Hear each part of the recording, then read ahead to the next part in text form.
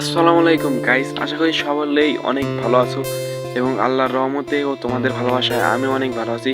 তো গাইস, আজকে video title and thumbnail দেখে তো অলরেডি তোমরা বুঝে গেছো যে আমাদের কিন্তু অল্প কিছু ভুলের কারণে কিন্তু আমাদের অনেক কোয়েল পাখি মারা যায়। তো আজকে সেই মারা যাওয়ার কারণগুলো আজকে আমরা তোমাদের কাছে তুলে ধরবো।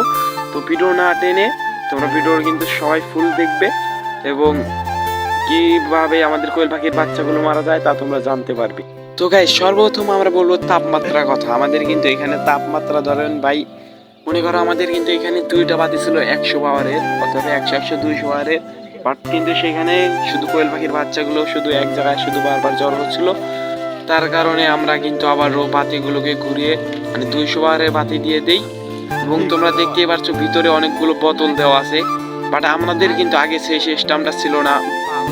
যেমন আমি তোমাদেরকে বলি, আগে ধরো একটা পাত্রে আমরা ধরো বাটি, ছোট ছোট যে মেলামেনে বাটি আছে, সেই বাটিগুলোতে আমরা ধরো পানি দিলাম এবং সেই পানি দেওয়ার কারণে বাচ্চাগুলো দেখা যায় যে পানিতে ভিজে যায়। তারপরে তাদের আর পশম টশম শুকাইতো না, সেই কারণে কিন্তু আমাদের অনেক বাচ্চা মারা যায়। তো গাইস, তোমরা কিন্তু যারা নতুন নতুন কোয়েল পাখি পালতে যাচ্ছ, তো তোমরা কিন্তু সবাই কিন্তু এই বোতলের মুখাগুলো কিনে নেবে। তো যার যার জায়গায় একটু দাম কম বেশি হতে পারে, কিন্তু বাট আমাদের এখানে কিন্তু 20 টাকা বেশি নিচ্ছে। তো আমাদের এখানে একটু দামটা হয়তো বেশি হতে পারে, বাট আবার তোমাদের ওইখানে দেখা যাইতে পারে দাম কম হতে পারে। মানে একটু যেখানে বাজার যেমন সেখানে তেমন মানে দাম আর কি। এবং গাইস, তোমাদের কিন্তু তাপমাত্রার দিকেও কিন্তু খেয়াল রাখতে হবে। এবং গাইস, আমি কিন্তু 300 পাখি মানে আনছিলাম, এখন কিন্তু মানে আমার অনেকগুলো পাখি মারা গেছে, প্রায় 70-20-এর মতো। তোমরা তো আগের ভিডিওতে দেখছো।